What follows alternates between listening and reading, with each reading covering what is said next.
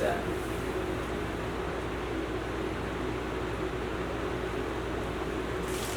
So verse 11, he magnified himself to the prince of the host, to the point of Jesus. This king is elevating himself to the point of Jesus.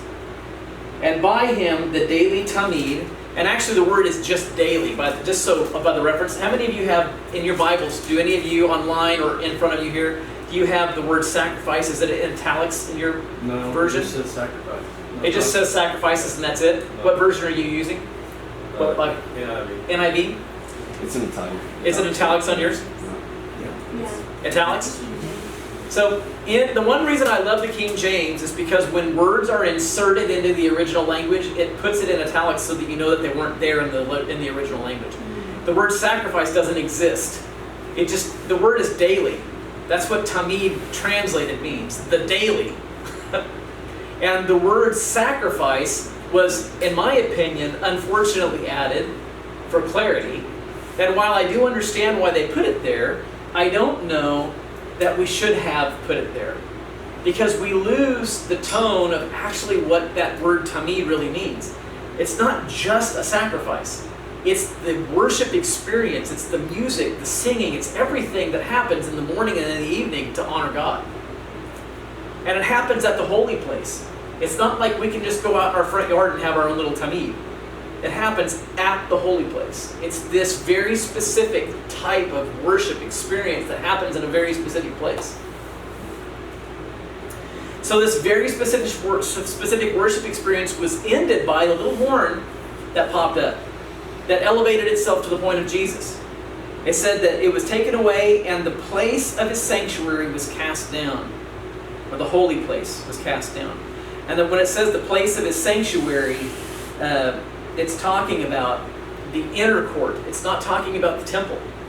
It's talking about the innermost place where where the tabernacle would sit. So just real quick, in the Old Testament, you would have the tabernacle, the tent of meeting, and then you would have the entranceway to that would be the courtyard, and you'd go past the brazen altar, or the laver. You go past the brazen altar up to the laver, to the altar of incense, and just after the altar of incense was the Holy of Holies. It was a small area that was give or take 10 or 12 feet by 10 or 12 feet. Very small room, way smaller than this. This is, just to give you a perspective, this garage is 26 feet wide and 24 feet this way. So it'd basically be, in essence, it'd be a quarter of it. Like right here over, right? So it's a pretty small area.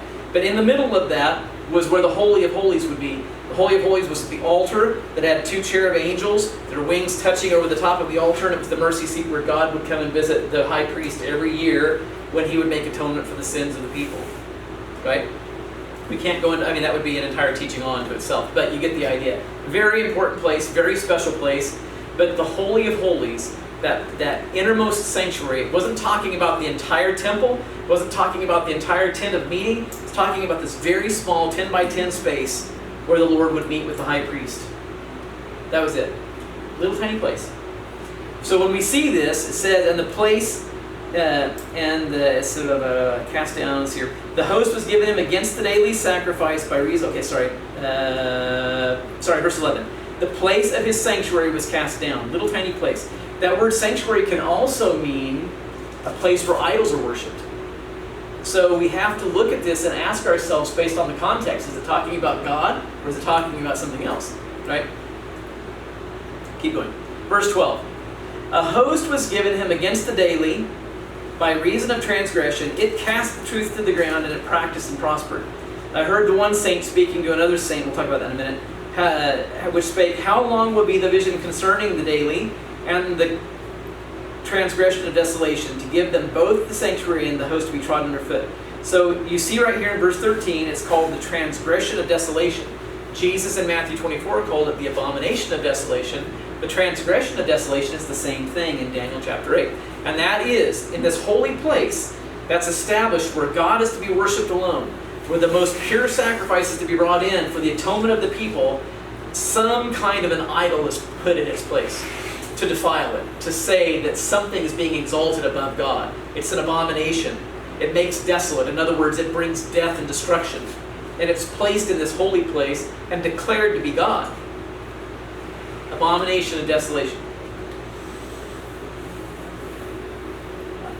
He says, how long will it be concerning the sacrifice and the transgression of desolation to give the sanctuary and the host to be trodden underfoot? And he said to me, till 2,300 days, then the sanctuary will be cleansed. Okay, so what I'm going to do now is I'm going to weave what we just read into the verses that we're about to read, and I'm going to tell you how this played out in history, because most of this has already happened. Kind of cool. That's the reason I like this so much.